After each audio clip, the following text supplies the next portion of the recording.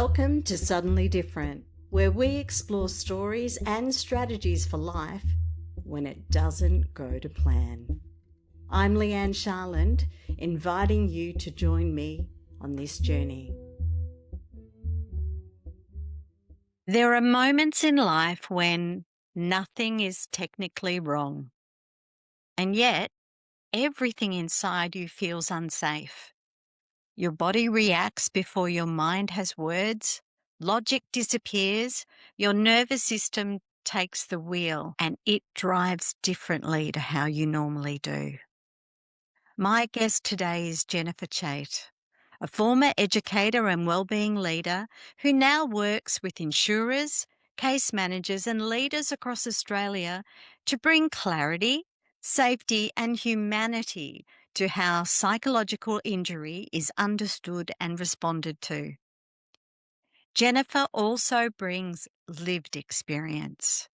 She survived a severe psychological injury caused by prolonged workplace harm and navigated the system from the inside. That experience shaped the work she does today, helping organisations understand the difference between just processing a claim and truly supporting a traumatised human being. Why the first hour matters, and how rushed responses quietly turn short injuries into long ones. This is not a clinical conversation, it's a human one. We talk about psychological injury, nervous system safety, language that harms or heals, and the surprising role of humour and joy, not as denial, but as regulation. Welcome to Suddenly Different, Jennifer. I'm so glad you're here. Thank you, Leigh-Anne. That was a wonderful introduction. Thank you. So I know that we've spoken many times before, but I'd love you to share with our audience the moment that everything shifted for you, and when did life become suddenly different? Well, it started, I had been working in this workplace for 5 years. Everybody knew me, my colleagues knew me, and I was thriving. Although my manager was a micromanager and a bully, she didn't just target me, she really targeted everybody. And I navigated that. But there was one particular day that she was really upset that someone had asked her manager about tablecloths, and she absolutely exploded. She herded 7 of us into a tiny room, and she screamed, she spat, she shook, and it was just like a switch went off for me. I couldn't feel the ground beneath my feet. I couldn't hear properly or see properly. I felt like I actually saw a Zorb ball, one of those blow-up balls that people go inside, at the Hawkesbury show a couple of years ago. And I thought, the person who invented that has actually gone through a trauma reaction, because that's exactly what it feels like to be hot and clammy, to not be able to see, not be able to hear. But I had a memory that came from really deep from my childhood, from a traumatic childhood. And that memory was so clear that I could nearly see it. And that it was something that I couldn't remember, but I figured it could have happened. And I was completely alone. Even though the other people were in the room, I staggered out of the room. I must have looked like I was drunk. I sort of staggered to my desk to pick up my bag, but someone has since told me that I was walking backwards and forwards trying to find the door. I couldn't work out where the door was, so I was just trying to be safe, but I couldn't actually think of where the door was. So after staggering backwards and forwards and making funny noises because I couldn't speak, I actually made my way out and went to the car, but the whole time nobody spoke to me or came near me. And that moment when you say when everything changed, that is the most afraid and the most alone I've ever felt in my life. It was terrifying. I Unfortunately, I can imagine how you were feeling because I've Mm. experienced similar things myself. But I find the reaction of the people around you, their decision to not look not take care of you, clearly you were having some kind of health episode, Yes. right? They let Mm. you get in, they let you find your way to your car with your car keys and sit Yes. in your car and essentially let you drive in that terrible condition. Yeah. Well, I when I was in the car, I called my husband, which is just one button on my phone, Yes. and I said, I've actually said this story before, and I said to my husband's name's Tim, and the first time I spoke about it, I said, "Oh, I sat in the car for about 10 minutes and talked to Tim, and Tim talked me down enough to drive home." And later Tim said, "No, you actually said we actually talked for an hour and a half." And then you were okay to drive the 10 minutes home. So I had absolutely no idea of how long I'd been sitting there for. After, even within the first week, when I still was not thinking properly, I received confirmation from my workplace that they had taken statements from my colleagues, from the 6 other people in the room. And later, when it was all over, 2 years later, I read some of them, only some of them because I stopped, and they said things like, "We can't understand it because we're all okay. She was the only one that reacted." And the other thing was, we didn't want to get involved. We didn't want to have to do statements. And one of them said that now they were the one that was being, heavily targeted. And I thought, wow, it's it's So almost like they knew something was wrong, but absolutely. they wanted but it was stranger danger, Yes, yeah. right? Protecting And, themselves. Yeah. oh, uh, later on, we'll talk about the legalities of that, but, to me, there would be onus on everybody who witnessed it and did nothing, um, Yes. because that is totally unacceptable. They don't know you weren't having a stroke. They don't know Mm. that you weren't that like, they have no idea, and, they should have called an ambulance. Yeah, when I hear the descriptions, so there's one woman, she's the kitchen assistant, and she's really lovely. She wasn't in the room, but she describes when she saw me going down to the car park. Someone else was talking to her at the time, but she said she could see me. And she said, "You were staggering. I thought you'd really hurt yourself." And she was beating herself up because she hadn't come after me. But she also realised that I was in the room with lots of other people and that nobody had done anything. Actually, insurance company the insurance company admitted liability immediately. So the following day, they rang me and they said, "Your employer has admitted liability. This incident happened. You're going to be covered by workers' compensation." And then the next question from my workplace, the next letter that arrived was, "When are you coming back?" Because everybody else was okay except for you. So, it can't be anything that's very serious. So when are you coming back? Yeah. So, yeah, it's so interesting the, measurements that are put on health and the expectations that everybody's body, brain, nervous system Mm. reacts the same way to every stimulus. Yes. And we know Yes. that's not the truth. That's right. The other part of that is how many people are completely unaware that emotions are automatic. The nervous system sends the signals to the brain, and all of that is automatic. I Mhm. have no control over it. It happens faster than first and second place in the downhill skiing. And yeah, there's nothing you can do about it. That's right, because the body automatically is trying to save your life. It's sending Yes. all of its resources to where it thinks you need the support, Yes. and understanding that we're talking about the reptilian, we're talking about the ancient part of the brain as Yes. well. Yeah. So they're not, they're looking for, how do they keep you safe from the attack you just Mm. experienced, Yes. Yeah. right?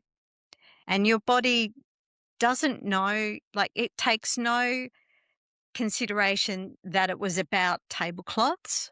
That's right. That's right. Um, it interpreted a screaming banshee woman Yes. as a threat. Yeah. And I later found out that it actually after talking to various psychiatrists that I had to speak to during the process, that it actually wasn't the screaming, or the spitting, it was the shaking. Her So shaking. her shaking indicated to me that she was out of control, and I had a very violent mother, Mhm. so the shaking was the trigger. And the manager, so the principal of the workplace said, "Oh yes, I've seen her shake when she screams. Uh Screaming shouldn't be on, and the shaking shouldn't be on." Mm. So even that didn't make sense. I actually returned to work after 6 weeks. So I was told by my GP and my specialist that they could actually get me back to work within 6 weeks, and they did. So myself and the rehabilitation case manager both went to work that morning.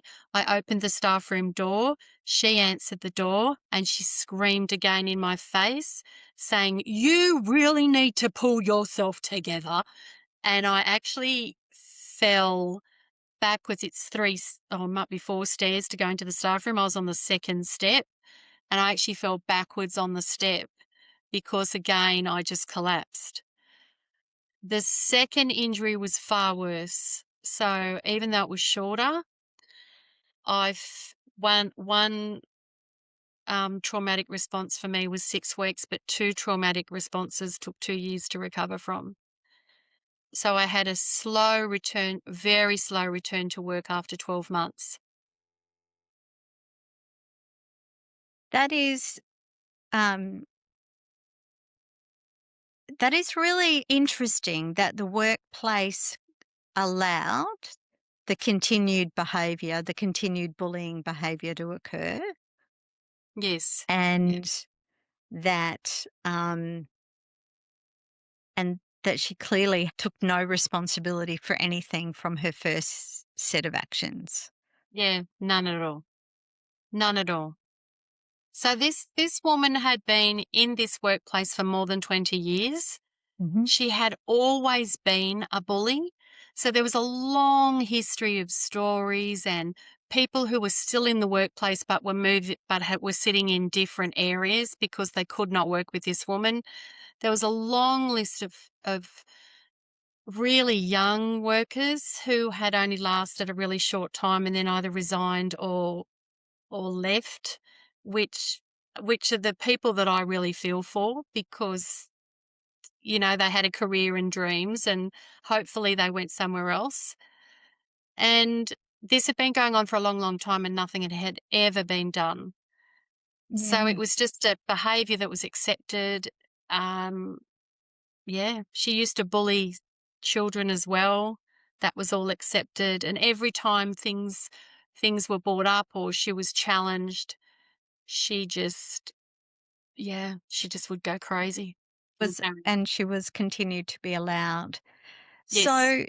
So, in understanding that institutions, people, businesses, officers allow this kind of behaviour to occur, Yes. right? So, I mean, isn't that where work needs to begin? In that, like, because I understand Mm. we're going to talk about how an individual can help a person who's ended up in your state, Yes. Yeah. right? So we're going to talk about that, but we also need to talk about, um, for those who are experiencing being bullied, and the person who is doing the bullying is protected by the business or the system. Yeah. Yeah. What can be done about that if they're lacking self awareness and lacking the knowledge that in 2026 that behaviour is unacceptable? That's right. Exactly. I have this. I have a theory that I developed really in schools, Yeah. and that is that behaviour is a message, and bullies, their behaviour is a message. Mm, They're insecure. yep. They are incompetent. It could be that they've been elevated above what they're capable of doing and they're afraid. There's a reason for their behaviour. Hmm. And it's the manager's responsibility to find out why they're behaving that way and to support them to fix it. I'm not saying I feel sorry for bullies because bullies cause a lot of damage. But what I am saying is that their behaviour reflects some sort of gap in their knowledge, in their confidence. It's something. When I was working as a teacher, if I heard students in my class bullying each other or heard a breath of it, we would stop everything and we would address it. And it Mm, was not negotiable. This is what's happened. You're saying things repeatedly to this person, or you're doing this. It is not negotiable. This is not going to happen. So I don't care whether you like each other. You don't have to like each other, but you have to sit next to each other and you have to be respectful. And in the mm, real world, that's what you have to be. You're not going to like all your bosses. You're mm. not going to like all your managers, but you have to be respectful. Yeah. But so does the manager. Yes. Education. There needs to be education for people who are operating in a different era Yes, of behaviour. They need to be educated. I yes, know that I have a childhood trauma, sort of young adult trauma, sort of life history, and I yeah, know that there there would be times where my um my reaction would occur before my brain was yes, engaged, yeah, and I would be devastated and so deeply apologetic, and so I would own up immediately to management, and mm, like I knew I didn't know how to resolve it. I needed yes, help to resolve it, but I knew, and ultimately it didn't occur. But mm, um but we have to be aware, and we yes, cannot condone behavior that is bullying. yes, yeah. It's been 3 years since it ended for me, Yeah. and the other day, last week, I was in Aldi, our local Aldi, and I saw her, and she must have heard me speaking to the checkout operator and just laughing because that's where I shop, Yeah. and she came bolting up and stood about a metre away from me and just stared at me. And I said, "Can you move back?" And I just said it calmly. I put my hand up. "Can you move back?" And she did. And then I finished getting my groceries and started walking out, and I could hear her berating checkout operator, and I thought, I can't walk off. Like, I know this, like, I know the checkout operator, I know her. I mean, I know her Mm. because I shop there. So I walked back and I said, "I'm just gonna call the manager." So I called the manager over, and, "It's none of your business." She started going on, and I thought, "Wow, you can't stop, can you? You must wake up in the morning and you must think, whose life can I make a Mm. misery today?" I actually felt quite sorry for her, but also, quite proud that there was no reaction whatsoever. All I wanted to do was protect the lady at the checkout. Yeah, yeah, Yeah. and doing the right thing. Yeah, yeah. And I wasn't the only one. Others came to support her, which was nice. Oh, yeah, because, people in shopping, like, nobody nobody Yeah. should have to have be bullied and negated and belittled. Yes. There's actually, when I think about it, after having children, I always say to myself that there's actually no time to scream apart from the time that my daughter went to walk on the road and I went, "Emily, stop!" And I don't think I've ever yelled so loud in my life, and she Mm, just froze mid walk, mm, and I just can't think of any other mm. time. Yep, yep, yep. I mean, fortunately, the emotional intelligence that we have today, Yes. um, has us more informed about the impact of unacceptable behaviour. Yes, definitely. And, it's as dangerous, unacceptable behaviour is as dangerous as physical violence, Mhm.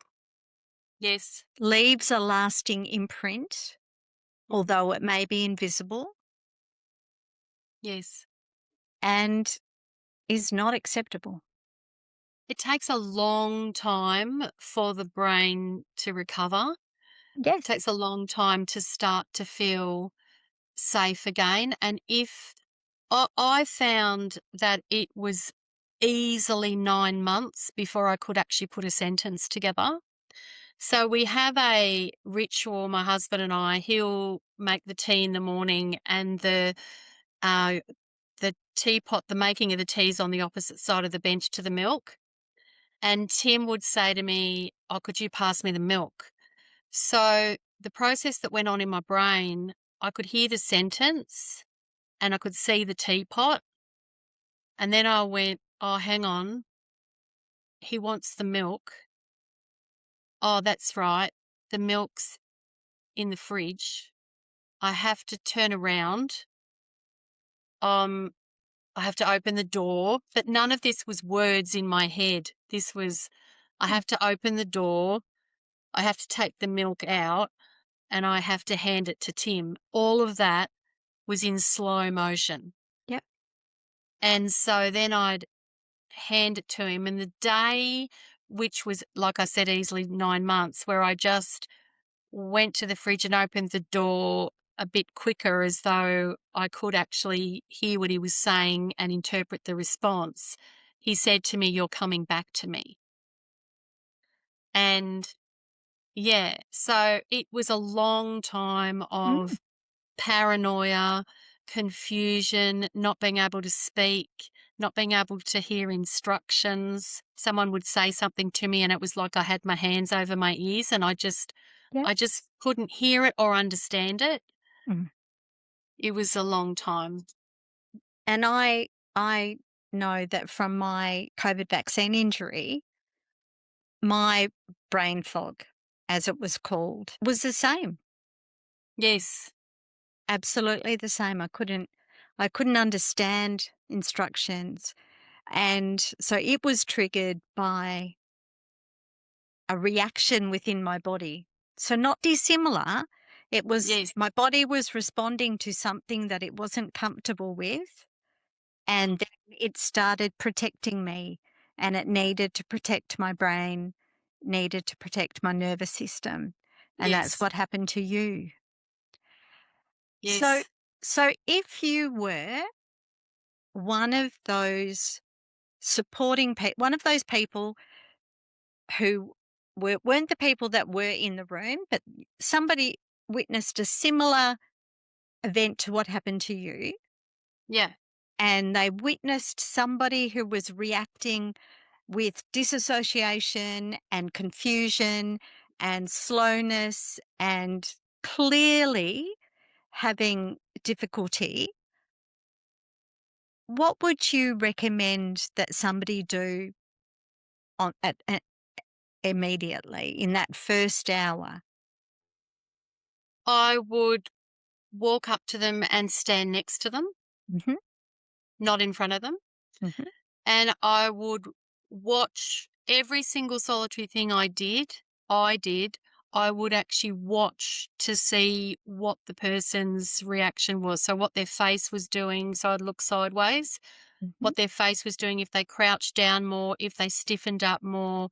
So I would, so some of the things I would do is I would say, would you like to walk with me? I would say, you're safe. I wouldn't say all these things all together. mhm, I would say, let's walk. I might touch them on the back of the arm, at the top of the arm, mhm. and say, I'm here for you and you are safe. I'm not going to leave you. And then I would make it, the reason I put my hand just on the top of their arm is because I try to guide them, not push them, but Mhm, guide them, because often they can't see properly. mhm. So try and get a spot where would you like to sit? But give the instruction rather than saying, what would you like me to do? So Yes, would you like yeah. to sit? Let's walk. Going outside would be my my choice if they're actually able to walk. Otherwise, I could say, let's sit on the floor, sit Mhm, down. So sit down and sit down on the floor with them. But I would not leave them. And I'd expect reactions like, it could be that there is complete overwhelm, so they're walking backwards and forwards. mhm, I would, if that's what I was doing, I was walking backwards and forwards across the room and trying to find a way out. mhm. I would I would just stay in the one place and I would say, I'm here for you. You're safe. I would get everybody else out of there and but not say it. I'd just motion like, get out of here. Mhm, And then I would stay. Yeah. And then I try and get them outside to walk. mhm, And then when I could tell that they were actually starting to ease a little bit, then and that could take a while, I mm, might say something like, who can I call? mhm. Is there someone I can call for you? Um, where do you feel safe here? Like, if I've taken them to a different place, do you feel safe here? Who can I call for you? That's what I would do. It's not, in my case, it's not common that it's a catastrophic suicidal event. And No. so it's so I don't need to fix the person. And it's funny because actually I should have started that by saying, first of all, I take a deep breath to calm myself completely down. Yeah, And my calm makes them feel calm. Our yeah. biology actually works like that. Our brains actually link to each other. I call it via Wi-Fi. And it we actually calm each other down. Mm, So you don't have to do very much at all. Just stand next to them mhm. and walk with them, or and give silence. I Yeah. used to I used to have teenagers boys who they've just been in a fight and they're furious, and I'd walk into the playground and a kid would go, Miss, Lenny needs to walk with you. And I would go, come here. And as we walked together, the teenager who would be 17 or 18 would be absolutely beside himself, couldn't talk, the same reactions, Mm. running away from me, coming back, running away, running in circles. He'd run around me, go to the other side, come back to this side, stamp, grunt, the whole works. And then after about 20 minutes, they would often say, "Oh, I've really blown it, haven't I, miss?" And it was like the words were back. Mm. And I'd go, "Yeah, yep, we're going to go and see the deputy." But it always worked. Mm. It, I can't remember a time that didn't work. Mhm. They just needed to calm and they didn't know how to. Yes. Yeah. So it's when your body's gone into dysregulation. Mm. Yep. Yeah. And, and that can appear like a panic attack or, can appear as severe frustration, Yes. lots of different things. But it's so important to enable, um, it's that autonomy as well as the companionship or that Yes. leadership, right? So that Yes. they're not alone, but Yes. they're not judged, Yes. right? The moment is terrifying. It Yes. is utterly terrifying. So if you add the scariest moment you've ever had in your life and add to that you're completely alone, it's pretty overwhelming. It's absolutely overwhelming. So if you can take the "you're all alone" away, Yeah. then you're already dealing with the fear of it. Yeah. So really, you just have to stay with people. And the problem when you don't stay with people is that the damage becomes deeper. Yes. And Yes. so I tell a lot of people this, I tell it openly that I have a lifelong mental illness that's very well managed, and all of us have mental health. I have excellent mental health. The thing that was damaged on that day was not my mental illness, it was my mental health. Yes. Yes. So it affected my sleep, my appetite, my mood. It affected all these things that were related to my mental health, but my medication for my mental illness didn't change, treatment didn't change. And we all have mental health. So all of us are prone to these sorts of trauma type reactions. You don't have to have had a traumatic past to Mhm. have some trigger that sets you off. Yes. And I think if there's a lesson to be learnt from the horrendous things that happened in Bondi, that's probably one of those lessons that people who were just taking part, just having a normal day and watching things unfold, or even weren't there and were thinking about what unfolded, had traumatic reactions. Yes. So Absolutely. we have to know how to deal with it. And it doesn't, Mhm. I think that if someone has a broken leg, then they come in on their crutches.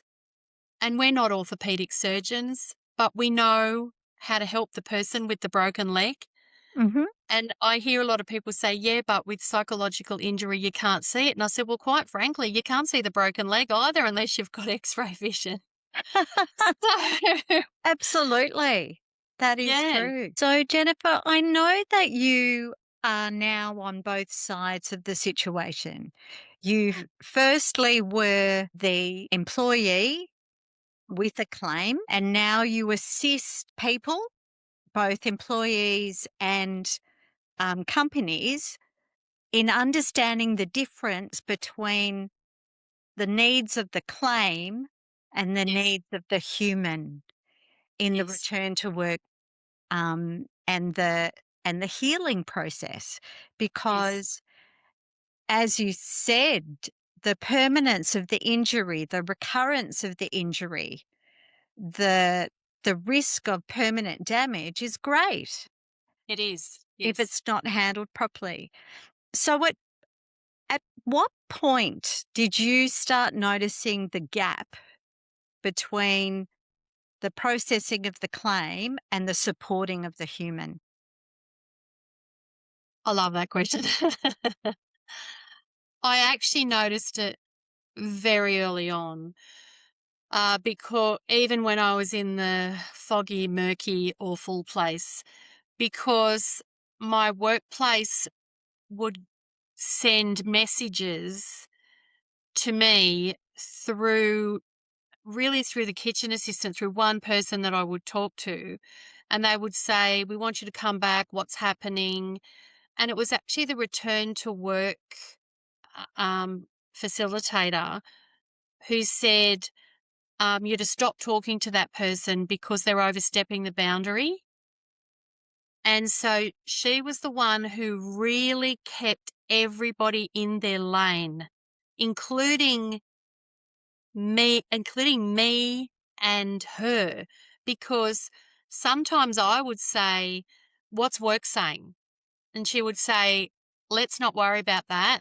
Let's see how you're going today, and let's see if we can, get you to the next stage of returning to work." So even though sometimes I wanted to know, she would never tell me. And she blocked the workplace from getting messages to me on the quiet.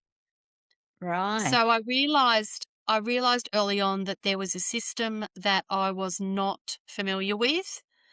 And I worked that out because when we had medical conferences, she would hand me this 3-page form that had the same information on it each time, or what had happened at that medical conference. And and I remember the first time I noticed at the top it said return to work plan number 6. And I remember thinking that's really weird. So that's 6 months in. And I thought it's weird that they started at number 6. I wonder why they didn't start at number 1. And I realized that it was because I had no recollection of what was happening for those first 6 months. So I realized that there was a process happening that I wasn't aware of and that I didn't understand. And also that she had been so marvelous at protecting me and not re-traumatizing me, that was her human side. She basically modeled the return to work process for me. She was amazing. And I hope to I like to hope that that apart from her being an amazing human and able to um, wear all the hats that she had to wear, I would Yes. like to think that the insurance company would also have that be a process that is understood and Yeah. executed without bias by all of their people who were Yes. in that role, right? Yeah. So that it was a standard. Yeah. A That's what I found. I found the insurance company and the return to work manager, who were from 2 different companies, Yeah, were both exceptional. Absolutely exceptional. right, right. Well, and that's really good to hear because sometimes we're frightened by the power of the Mm. insurance company, Yes. and Yeah. they can be used as a weapon. And Yes. and um, and the excuse for, why there's a rush to get somebody back to work or whatever. Yes. Whereas actually, they will be avoiding permanent injury. Yes. I've actually, after spending time in this personal injury space and meeting, different people that work with the insurance companies in the personal injury space, in my experience, they have been incredibly kind, and they're dealing with humans when they are they're going through illness and they're unable to think. Mm, And I can't think of anything more complex than that. mm, And some are incredibly skilled, Others are put into positions where they have very little training. And I'm not talking about insurance companies, I'm saying that since the legislation came in a couple of years ago about psychosocial hazards, there's a lot of workplaces have appointed safety officers who don't have any training. Mm. And I feel for those people because they get all of the complaints and the worries of other people, and the risk is that they'll take those injuries and the pain on themselves and become overwhelmed themselves. S- So I've learned it is a process. It's something that can be taught. It's so simple, walking alongside of each other, realizing that behaviors are messages, not they're not intentional. Yes. And yeah. Hmm. Yes. So when you were medically cleared but not emotionally safe, Yes.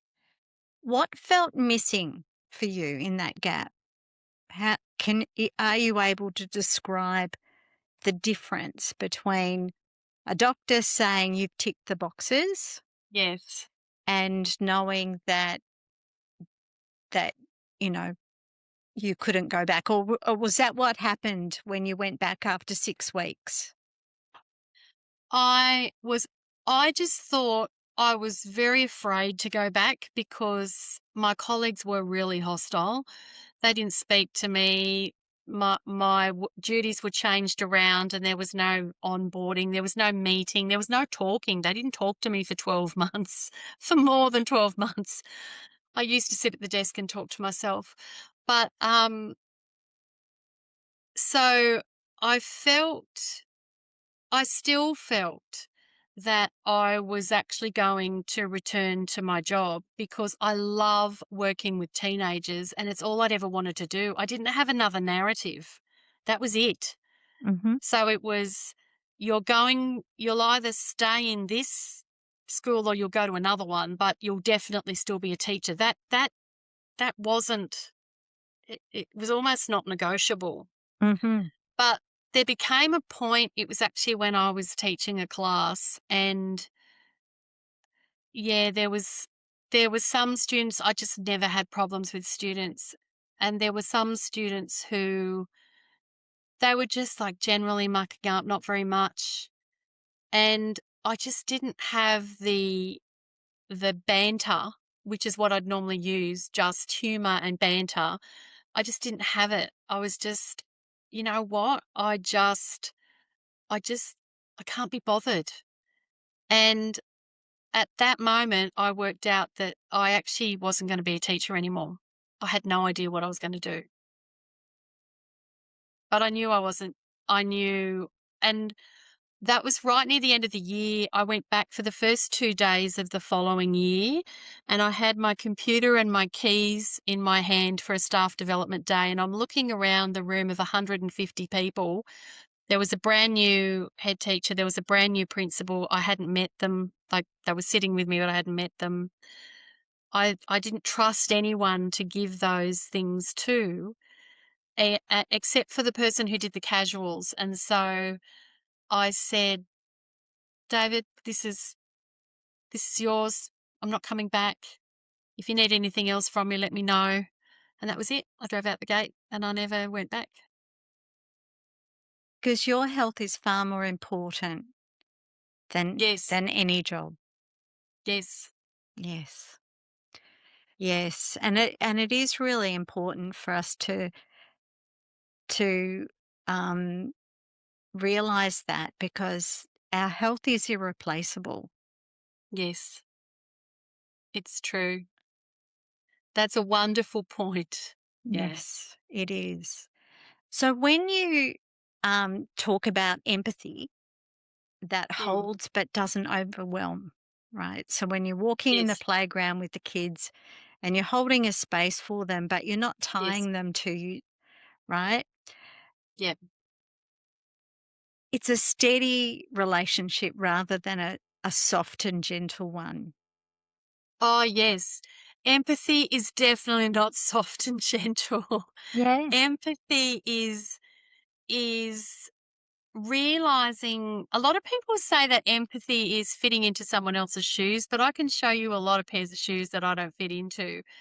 To me, empathy, you cannot possibly, even if you had identical knee reconstructions, you can't possibly imagine what that other person is going through, the level of pain, the circumstances that they're in, the fear that they're experiencing. You can't possibly even imagine that, but you can see you can see the emotions. Yeah. That you can see the frustration, you can see the anger. Why did I ski down that mountain? You can see it. So you respond to those feelings. And so it's about looking for the responses, and you're not going to interpret them perfectly, but nor's the person who's experiencing the emotion. Because I've found with teenagers that the intensity of excitement and love and hate and anticipation are pretty much the same, and they don't know what they're experiencing either. So Mm. it's just about looking for those clues and then just trying to calm them. And you really have to try a couple of different things, talking gently, walking beside them nearly always works. Telling them they're safe, stop talking until they start talking. It's things like that to try and help them regulate. And if people don't get what regulate is, then help them relax or Yeah. calm down.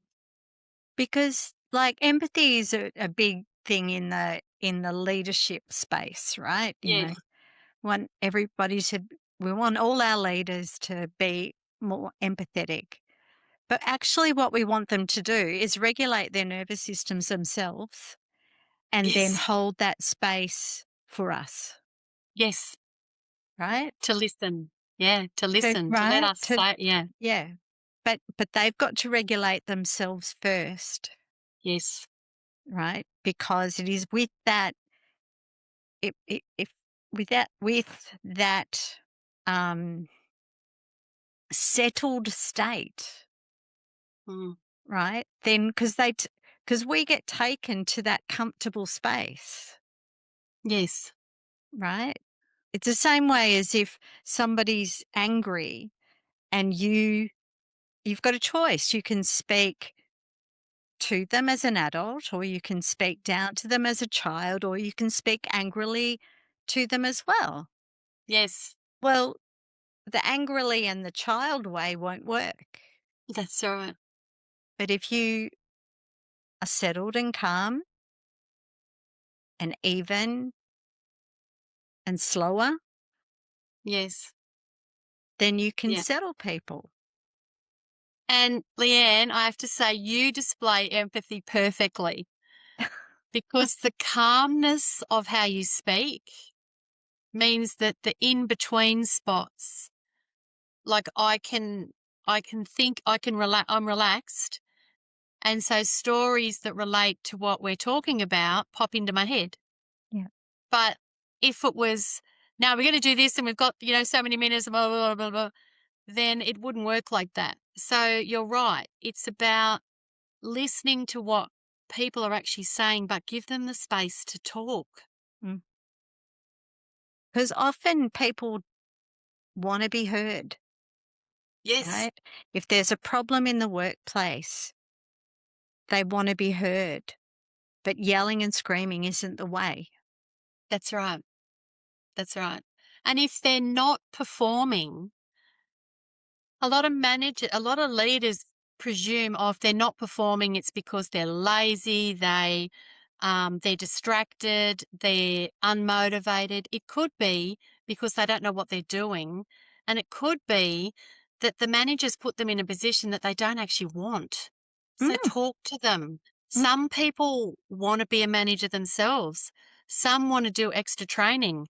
Some just want to do a 9 to 5 job and go home. yes. Others don't want to be a leader of other people. Others want to be the people. Yeah. So, yeah, don't Yeah. make assumptions about people. Yes. Yes. Because I mean, we do make judgments about performance, and we Mm. make it up.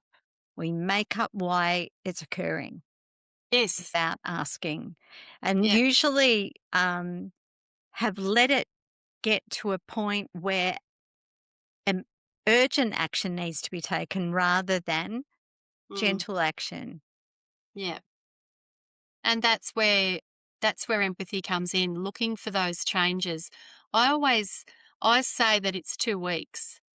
So if someone's behaviour has changed, they're not attending meetings, they've gone particularly quiet, they're they're angry, and those that lasts for 2 weeks or more, it's time to ask. So it's Mm, not just something that happened one night and they had a bit of a bad day or a bad weekend.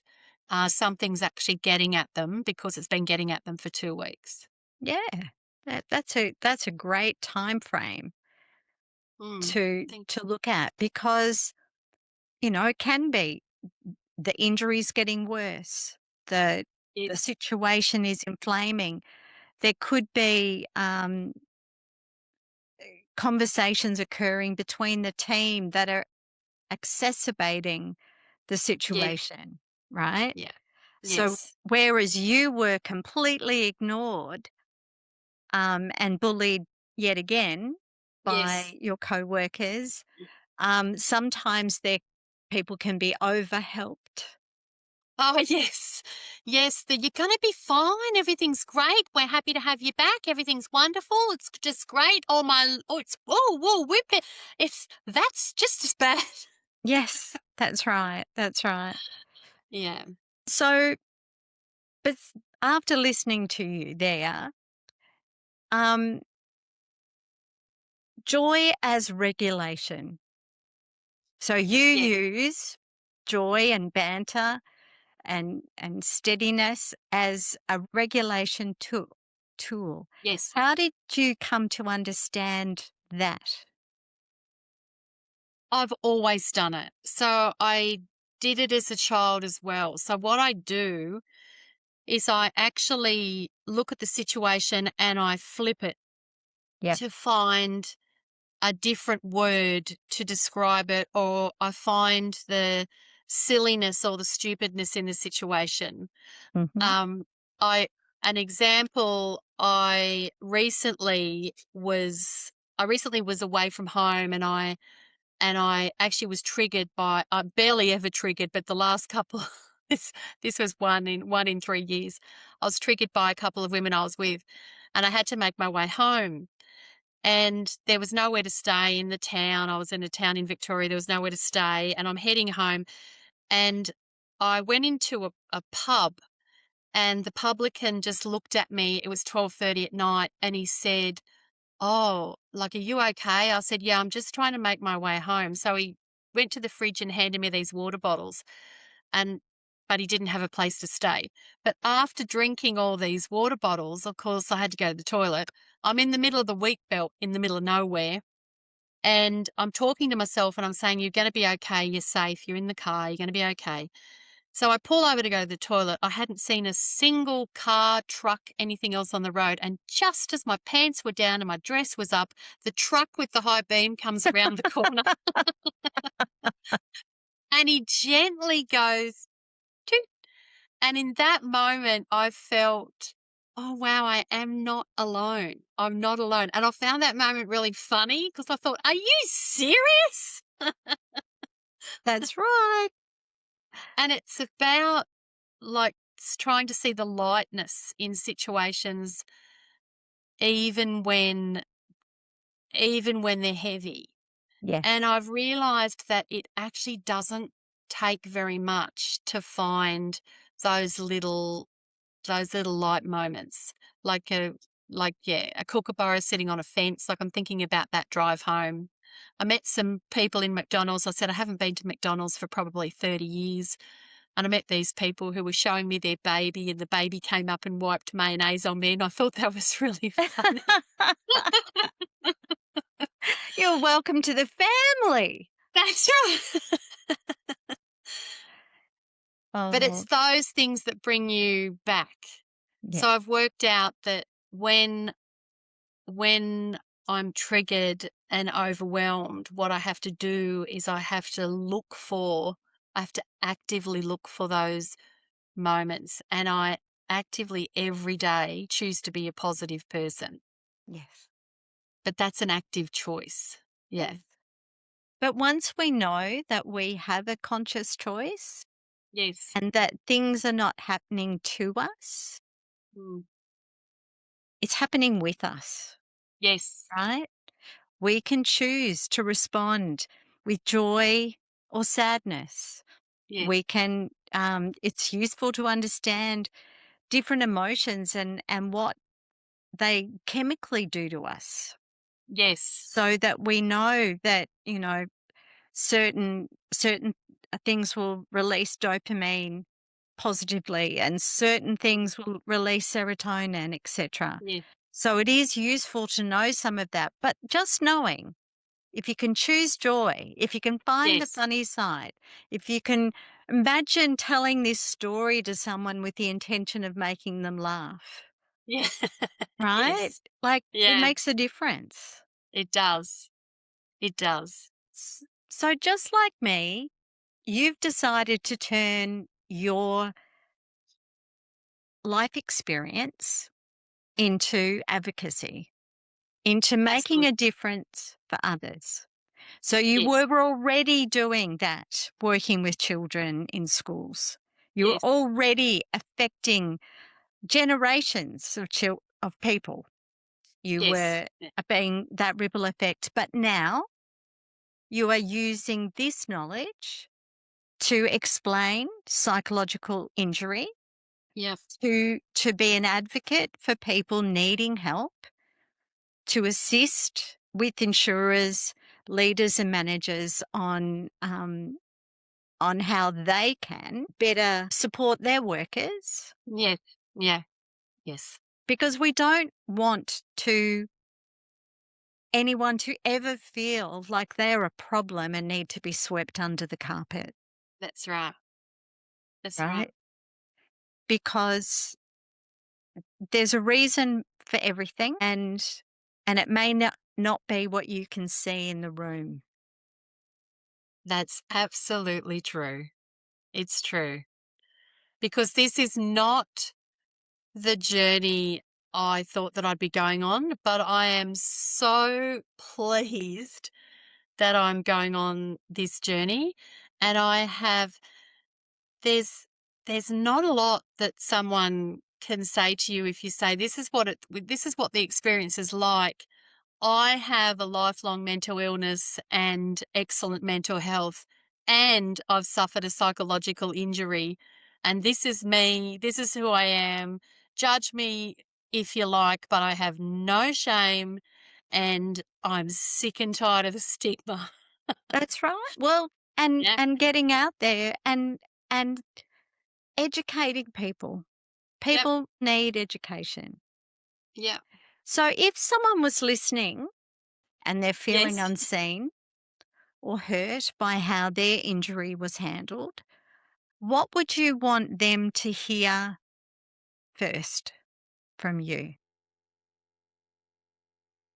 I'd want them to hear that the the process, it's unfortunately the process is foreign and confusing, and it's often the process that hurts people. It's as complicated and confusing as the legal system. Mhm. So if that's happened, if it's the system that's hurt you, I can understand that, and the reason is because it's really made that way because it's so complex. If you've been hurt more because people have been cruel to you and you've been re-traumatized, then if you feel that you can deal with it yourself and try to pull yourself out of it because it is mucky to sit in the space. It's mucky and uncomfortable. It's really mucky and uncomfortable, but I assure you that you will find clarity, and you will actually draw on past past experiences and skills that you have to drag you out of that muck and into a place that has purpose. Because when you're sitting in that really horrible space, it actually, a lot of stuff falls away, and it actually gives you clarity as you're coming out of it, but it takes time. And I wish I could say patience is easy, but it's not. So in a nutshell, if you're in the muck, then you're partway through. It's a place that everybody goes through and they drag themselves through it, but it'll be the skills that you and experiences that you've had throughout your life that you treasure that are going to get you through. And when you get out the other side, it actually is a better place to be because it clarifies your purpose. Beautiful. What does dignity look like when repair or apology isn't possible?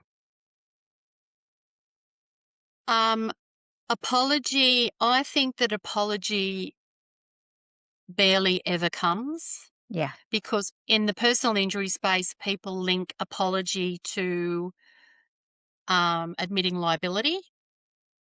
So I think it barely ever comes.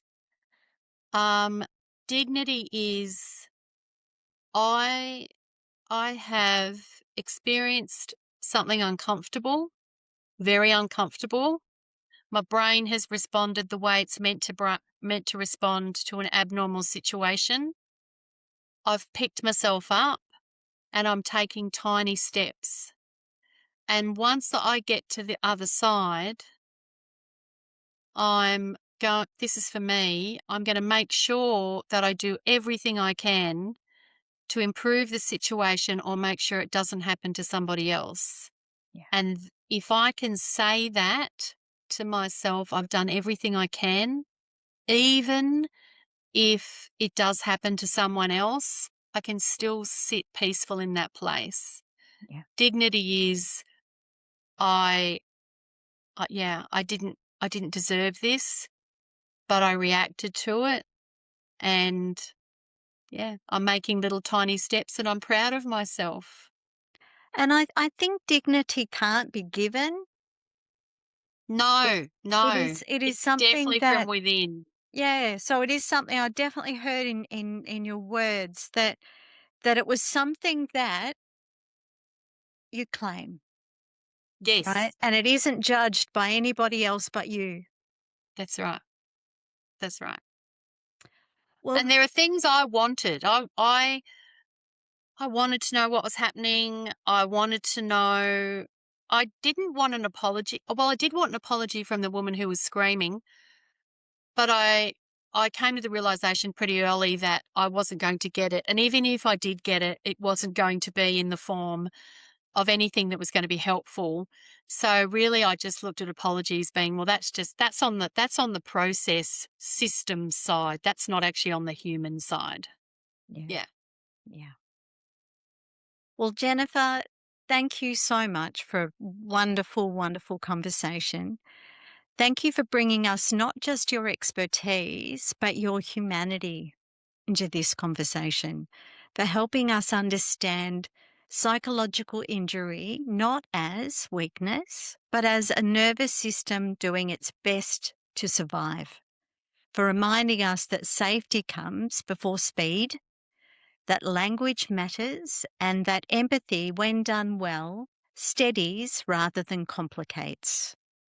Today, we've explored what happened when life becomes suddenly different, how the body speaks before the mind, why the first hour matters, and how systems can unintentionally cause harm, and how presence, care, humour, and moments of joy can gently bring the nervous system home again. If you're listening and something in this conversation resonated, please know this: there is nothing wrong with you.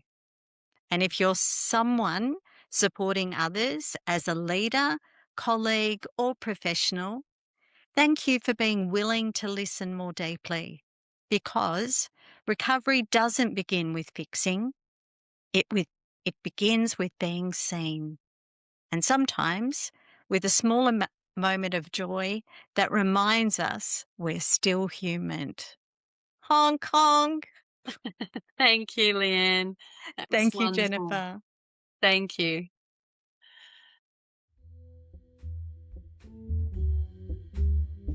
This has been Suddenly Different. I'm Leigh-Anne Sharland, and I'm so grateful you shared your time with me. If you felt a spark, a tear, or a moment of recognition, I hope you'll pass that gift along by sharing this show. Take a deep breath, trust your path, and I'll meet you back here soon.